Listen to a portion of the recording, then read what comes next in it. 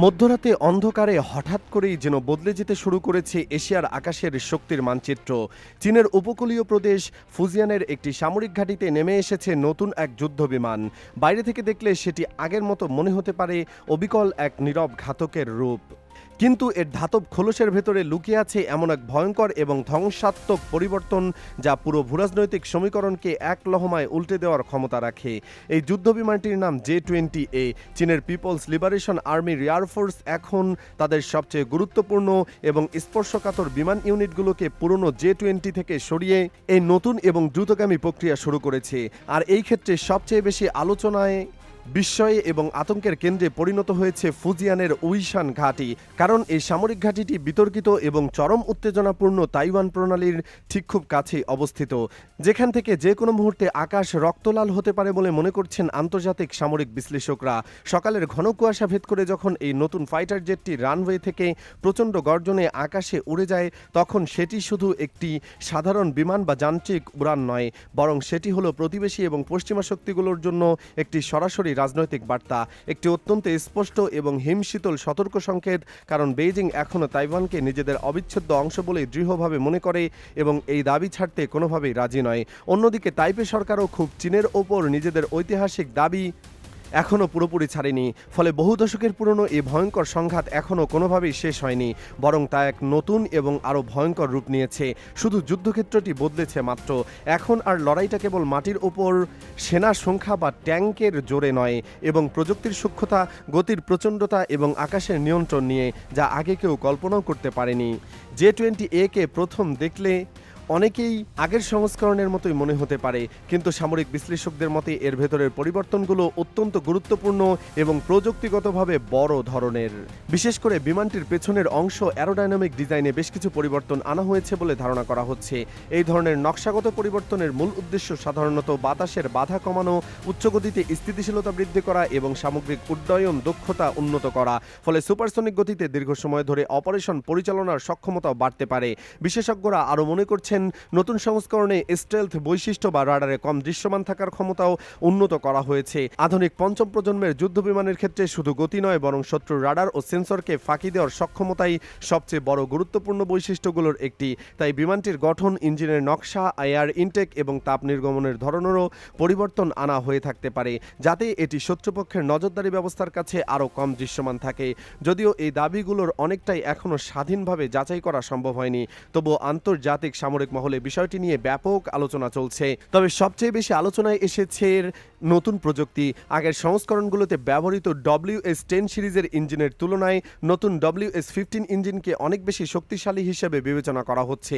সামরিক বিশ্লেষকদের মতে এই নতুন প্রজন্মের ইঞ্জিনের লক্ষ্য হচ্ছে উচ্চ থ্রাস্ট, দীর্ঘ পাল্লা এবং উন্নত সুপারক্রুজ সক্ষমতা নিশ্চিত করা। সুপারক্রুজ বলতে বোঝায় আফটার বার্নার ছাড়াই দীর্ঘ সময় সুপারসনিক গতিতে উঠতে পারা, যা আধুনিক স্টেলথ ফাইটারের জন্য অত্যন্ত গুরুত্বপূর্ণ একটি সক্ষমতা। যদি এই ইঞ্জিন প্রত্যাশা মতো কার্যকর থাকে, তাহলে J-20A আরও দ্রুত গতিতে দীর্ঘ দূরত্ব অতিক্রম করতে পারবে এবং একই সঙ্গে উন্নত রাডার, সেন্সর এবং ইলেকট্রনিক যুদ্ধ ব্যবস্থাকেও আরও কার্যকরভাবে পরিচালনা করতে সক্ষম হবে।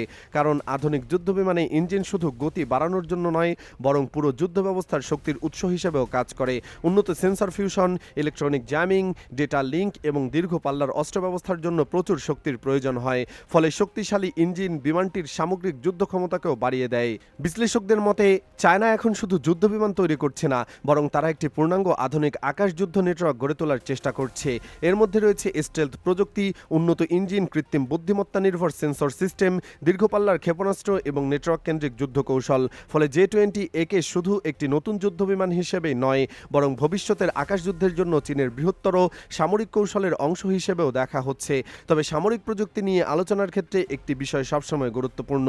অনেক তথ্যই রাষ্ট্রের নিয়ন্ত্রিত প্রচার, অনুমান বা সীমিত সূত্রের উপর নির্ভর করে প্রকাশিত হয়। ফলে বাস্তব সক্ষমতা এবং প্রচারিত দাবির মধ্যে পার্থক্য থাকতে পারে। তারপরে এটা স্পষ্ট যে আধুনিক স্টেলথ প্রযুক্তি ও উচ্চ ক্ষমতা সম্পন্ন ইঞ্জিন উন্নয়নের দৌড়ে চীন এখন বৈশ্বিক প্রতিযোগিতার অন্যতম গুরুত্বপূর্ণ শক্তিতে পরিণত হয়েছে। একবার কল্পনা করা যায়, রাতের অন্ধকার আকাশে শব্দের গতি থেকে পেছনে ফেলে ছুটে চলছে একটি কালো স্টেলথ যুদ্ধবিমান, এতটাই নিঃশব্দ ও অদৃশ্য যে শত্রুপক্ষের আধুনিক রাডারও তারপরও হয়তো তার উপস্থিতি টের পাবে না যতক্ষণ না খুব দেরি না হয়ে যায়। আধুনিক যুদ্ধের বাস্তবতায় এই দৃশ্য আর কল্পবিজ্ঞানের গল্প নয়, বরং এটি এখন বাস্তব সামরিক প্রতিযোগিতার অংশ।